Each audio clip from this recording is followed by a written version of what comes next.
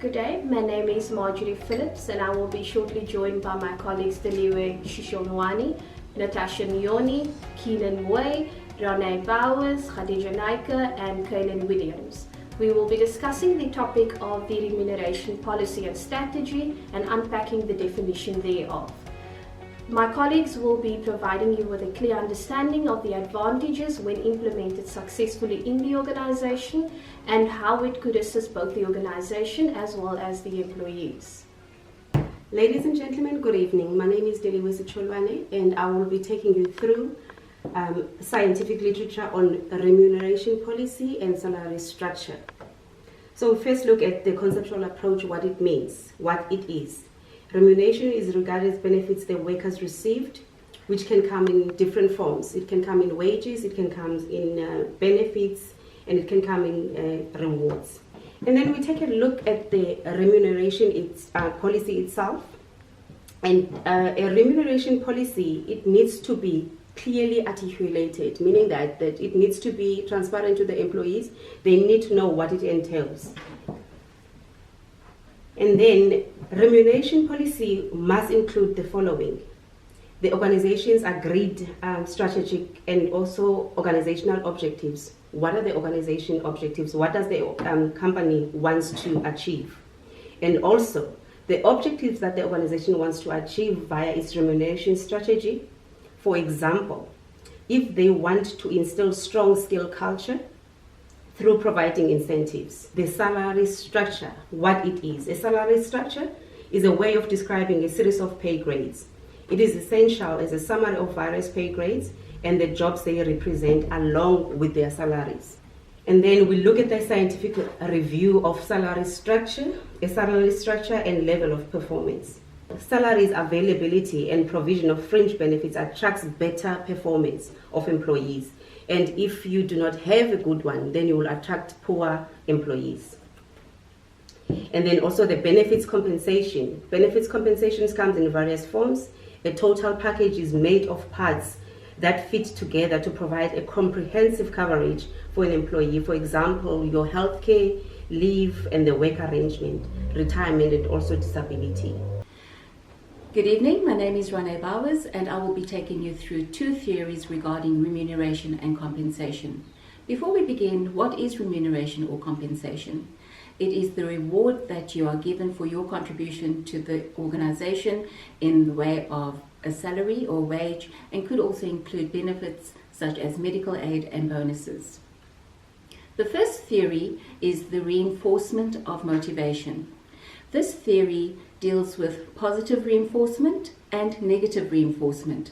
It deals with consequences. If you've done well, you will be positively reinforced, and if you have not done so well, you will be negatively reinforced.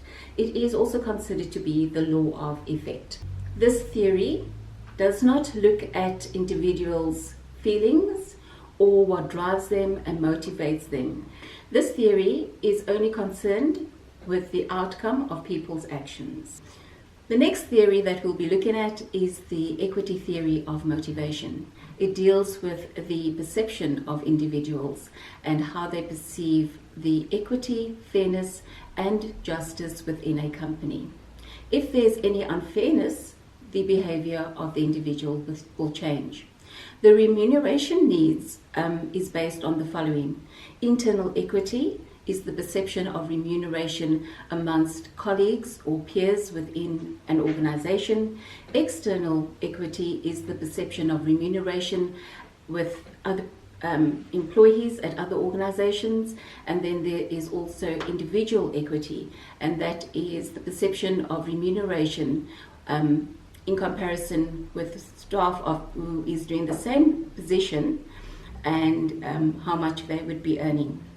Depending on what the outcome is, the behavior of the individual will change and will impact performance and commitment in the organization. I'm Kaylin Williams, and the content that I will be covering is the remuneration philosophy, as well as the principles on which the remuneration policy will be based, and the reward components linked to the remuneration. In terms of the remuneration philosophy, the organization undertakes to implement a remuneration policy and strategy which aspires to remunerate employees equally, fairly, equitably, and competitively through transparency, flexibility, as well as rewarding exceptional performance within the organization, which will enable the organization to attract the best talent, retain highly skilled employees, and reward employees for exceptional performance. The reward components is divided into 5 categories, with the first one being compensation. This will be divided into 2 subcategories called guaranteed pay and variable pay. In terms of guaranteed pay, this would be an agreed salary amount which the employee will receive for the actual job function which the employee performs. In terms of the variable pay, this varies and it's not guaranteed, and it's based on performance as well as the nature of the organization, of the position. In terms of flexibility and a balanced lifestyle, where possible, the organization will allow its employees to work flexible hours, and once again, this too is also dependent on the nature of the position which the employee fulfills. For example, a receptionist might not be able to enjoy flexible working hours because the organization's telephone needs to be answered during normal operating hours, where someone that works in finance might be able to enjoy the flexible hours. The organization also undertakes to promote employee wellness by hosting wellness days, referring employees for counseling when it's required, etc. Employee benefits.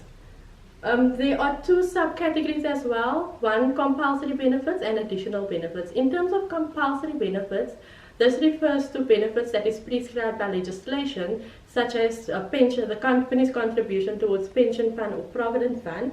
Additional benefits is not prescribed by legislation, it's basically a nice to have. So this do contribute to the company's overall talent management strategy. It also keeps staff motivated and loyal.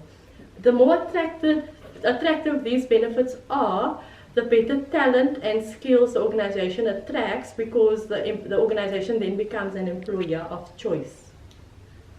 Performance recognition. Employees will be recognized and rewarded for their performance to keep them motivated, positive and loyal towards the organization, which will in turn contribute to the overall organizational success, because loyal staff tend not to stay absent. They tend to go the extra mile all the time, etc. Career development. Career development contributes to staff retention and loyalty once again, which creates a skilled workforce which will be utilized within the organization. Therefore, the organization also undertakes to invest in employees with potential in order for them to grow within their career. Hi, my name is Natasha, and I'll be taking you through guaranteed pay and variable pay. So, what is guaranteed pay? Guaranteed pay is a fixed monetary / cash reward paid by an employer to an employee. The most common form of guaranteed pay is base salary. Base salary is the initial salary paid on employee, not including benefits, bonuses, or a raise. Guaranteed pay also includes cash allowance, housing allowance, transport allowance, etc. Differentials, shift differentials, holiday differentials, and premiums, night shift, etc. Entitled to guaranteed pay. So individuals are entitled to guaranteed pay if they meet the following conditions. They are an employee, i.e. they are working under a contract of employment. They are not an excluded employee as defined below. They have worked for at least 1 month's continuing employment up to the day before the one that guarantee payment is being claimed for. They have normal working hours and are normally required to work in accordance with their contract of employment. Variable pay. What is variable pay? It is a non-fixed monetary cash reward paid by an employer to an employee that is contingent on discretion, performance, or results achieved. There are different types of variable pay plans, such as bonus schemes, sales incentives, which is commission, as well as overtime pay and more. A common variable pay pay plan might be a salesperson, where a salesperson received 50% of every dollar they bring in up to a level of revenue at which they can bump up to 85% for every dollar they bring in going forward. This is how you calculate variable pay. It is calculated as a dollar amount or a percentage. It's based on individual or business criteria such as targets met on profits made. It is often included as part of an overall compensation plan. Good evening, my name is Khadija Naika and I will be covering the benefits and allowances as well as the company's retention strategy. So the company has decided that we are going to go with 3 benefits, or 2 benefits and 1 allowance. The 1 benefit will be the pension fund. With regards to the pension fund, the company will be contributing 10% and the employee will be contributing 7.5% of their salary. The other benefit we'll be offering is medical aid. The company will be covering 50% of the medical aid. The company will also be offering a car allowance. The allowances will be calculated according to the employee's level of employment. Our company's retention strategy, we will ensure that all our employees feel appreciated, number 1. As an employee, we will consider every area of the employer-employee relationship in developing our organization and keeping our employees happy. So our retention strategy will be doing annual performance reviews to ensure that our employees know where they stand, and also to discuss the employees' short-term and long-term goals. Training and development, we will ensure that we invest in all of our employees and make sure that there's always finance available for them to grow and opportunities for them to grow within the business. The company has introduced a rewards and recognition program, or a system where we will show appreciation to our employees at all times. We also have introduced what we call a flexible working hours. What it means is that employees will work 40 hours a week. How they work their hours is up to them, whether they come into the office, whether they work from home. They are allowed to work the 40 hours as long as they just inform the company of the hours that they have worked. The company will lastly ensure that we have a look at our retention strategy at least once a year to ensure that it is up to date and as it should be. G'day, I'm Keenan Moy and I'll be taking you through linking remuneration to performance systems. So the purpose of performance systems is it helps HR establish clear and measurable goals for employees through which employees can easily understand, and also it allows managers to hold employees accountable to reach their goals and expectations of them. The aim of performance systems is to ensure that everyone understands the value of high performance in the workplace, and it also staff will be paid accordingly. How does it relate to remuneration?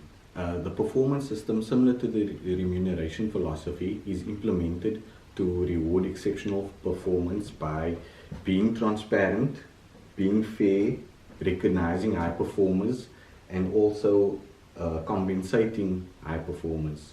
This also, as the remuneration strategy, will allow or will attract and retain highly skilled staff, and also promote high performance throughout the organization. There are different types of reward systems. So variable pay, profit sharing, bonuses, and stock options. How it relates to career development.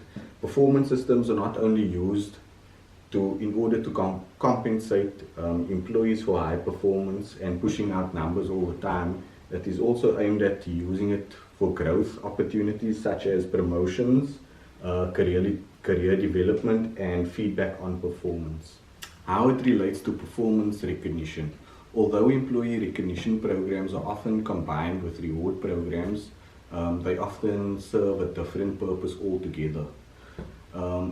Employee recognition is intended to provide psychological benefits rather than financial benefits.